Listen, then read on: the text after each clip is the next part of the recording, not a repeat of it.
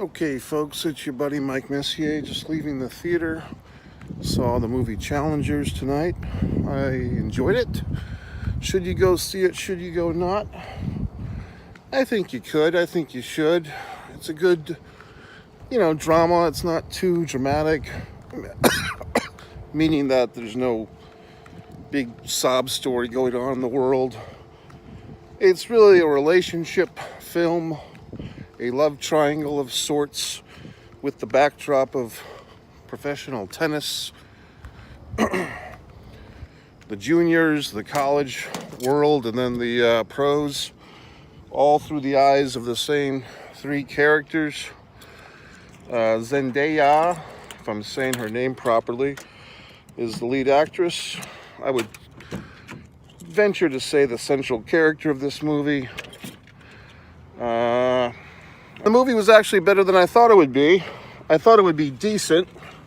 I didn't think it would be as inventive, dare I say, as artsy as it turned out to be, with some of the music choices and so forth. So yeah, I thought this was a pretty good movie here. And now I will proceed to say spoilers. So I will get into some of the nuts and bolts of this movie. Challengers. In case you want to go see the movie, go see it. Pause my little review. But don't forget about me. Come back after you've seen the movie. We can compare notes. So look, Zendaya has been coming on strong in recent years. She had this whole, I believe it was HBO show, her and Sydney Sweeney. I didn't watch that show in live time. I've recently been catching a few episodes. Oh my God. But she's quite the hot ticket here. And there's an early shot in this film of her kind of thongified, which I'm sure will please a lot of folks. I thought the movie was good. I liked the music. It turns out that our old buddy there, our 90s pal, Trent Reznor, was behind the music, like a VH1. Also, what I liked about this movie, it's kind of going back, I think, to 2006. And we have these like 3 or 4 different time spots, in the 15 or 16 year lineage of this movie. We're kind of jumping around at different time zones of this love triangle, tennis triangle. I guess you could say friendship triangle at times. All very confusing, these relationships. However, God, I wish I had a beverage right now. Wish I had a nice fucking cold beverage. Because I have all these goddamn remnants of beverages throughout my day, but nothing that really stands out as like a nice cold, ice cold beverage. But the movie was good. I mean, yeah, I guess Zendaya's kind of growing on me here. She is quite attractive. She's a great actress, and she has a very, she was in some of these Spider-Man movies too, wasn't she? So, and here she kind of, the way that the movie came out, I thought I was going to see something a little bit different. I thought the movie's storyline was that these 3 tennis people had some type of menage a trois back when they were young. And it was like something subversive, and she kind of paired off with one of the guys, and they got married and had like the kid thing and just the traditional, monogamous relationship. And then there was the shadows of this guy that they, fornicated with from years earlier that was coming back to haunt them. That's what I thought the movie was about, but in reality, they never really did have a menage a trois. They had a bit of a say, but they did not have a menage a trois. Instead, it was more like Zendaya, her character anyway. Was it Tanisha? Tamish? Whatever the fuck. She's kind of toying with these 2 white boys, as she calls them. Basically, she's toying with their emotions. She's got her fuck boy, and then she's got her marrying man, which is kind of like the hidden secret agenda of a lot of these women I hear. They want to have one guy between the sheets and one guy paying the bills. But in any event, I like this movie. I mean, I thought it was good. They make this self-referential insult to themselves over and over again. I hit a ball with a racket for a living. Um, but I mean, this world of tennis. I can't think of I'm trying to remember if there was another tennis movie 15 years ago. I think it was called Match Point. I don't think I saw it. I think there's been a couple of other tennis movies, but I don't know if this one's a really good movie for this generation. I think because at the forefront once again is this love triangle, and then the tennis comes in behind it. But the music, different songs of the last 15 or 20 years that were popular are kind of used in this movie to give us timestamps. There's like some kind of it's getting hot in here, so taking off all my clothes type of thing. That song's in this movie. Ha ha, give it a little bit of ha ha, all this shit. But yeah, I mean, I thought the movie was good. I mean, what can I say? It's a good movie. I like the use of like slow motion at times. Also, there were several scenes where, like, what you would call a transitional shot in most movies would just be like, someone's walking out a doorway. It's no big deal. In this movie, they pumped in that techno Trent Reznor music, bump, bump, bump.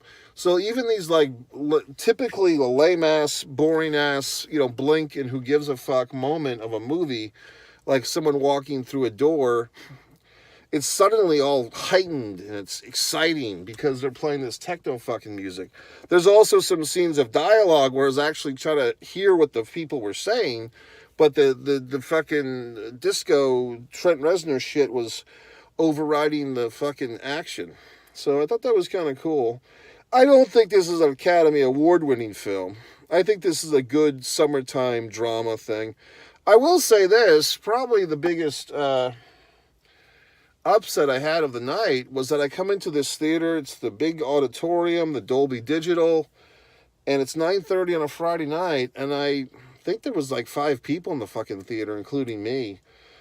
And I was a bit disappointed. I mean, there was an Alien reboot tonight, like the original Alien was re-released. I can imagine that a lot of people went and saw that. What else? I guess the King Kong Godzilla, but that's kind of dragging on for week 3. So I thought this was going to be like a big fucking deal. And it's Friday night. Yes, the movie kind of came out. I think I could have seen this thing on Wednesday. So it wasn't like a weekend premiere, at least not in this town of Jacksonville, Florida. But I thought there'd be like a decent crowd. I thought these young people would come out in droves to see their heroes Zendaya, but they didn't. So I don't know. But I was impressed. I mean, I thought the movie was cool. I liked it.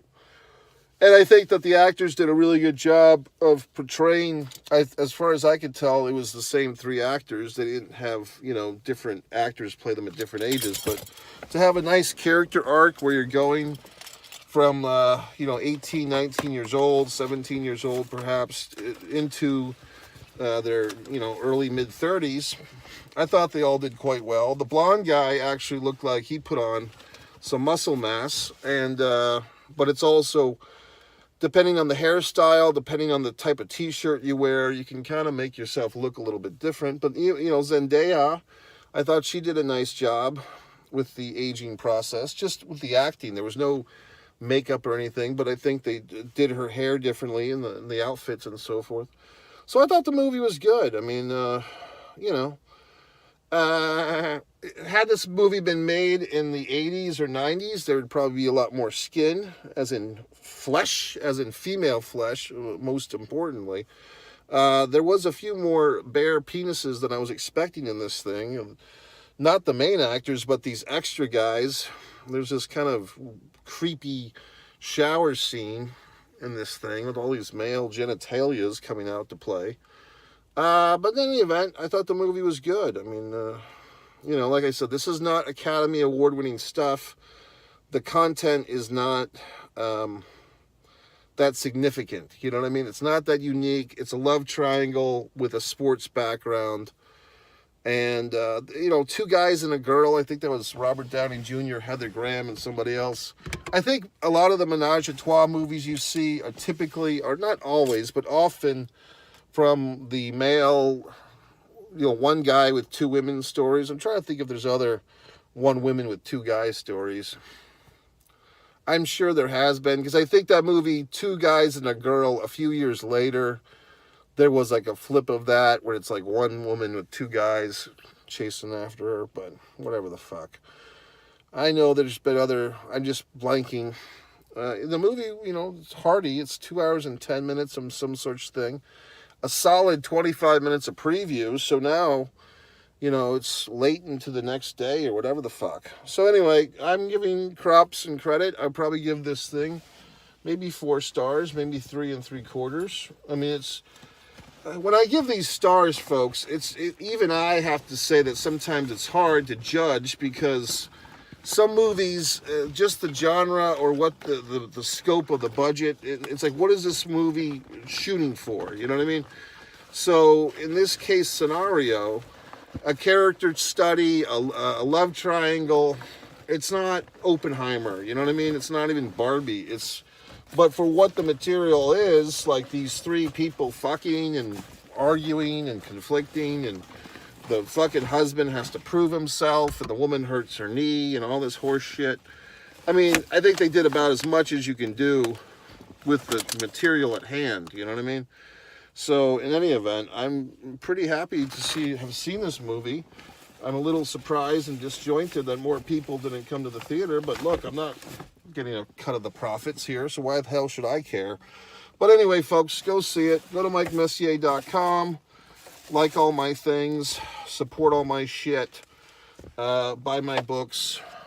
Go to stand me on social. Or don't. Do things or don't. Anyway, good movie. Good job.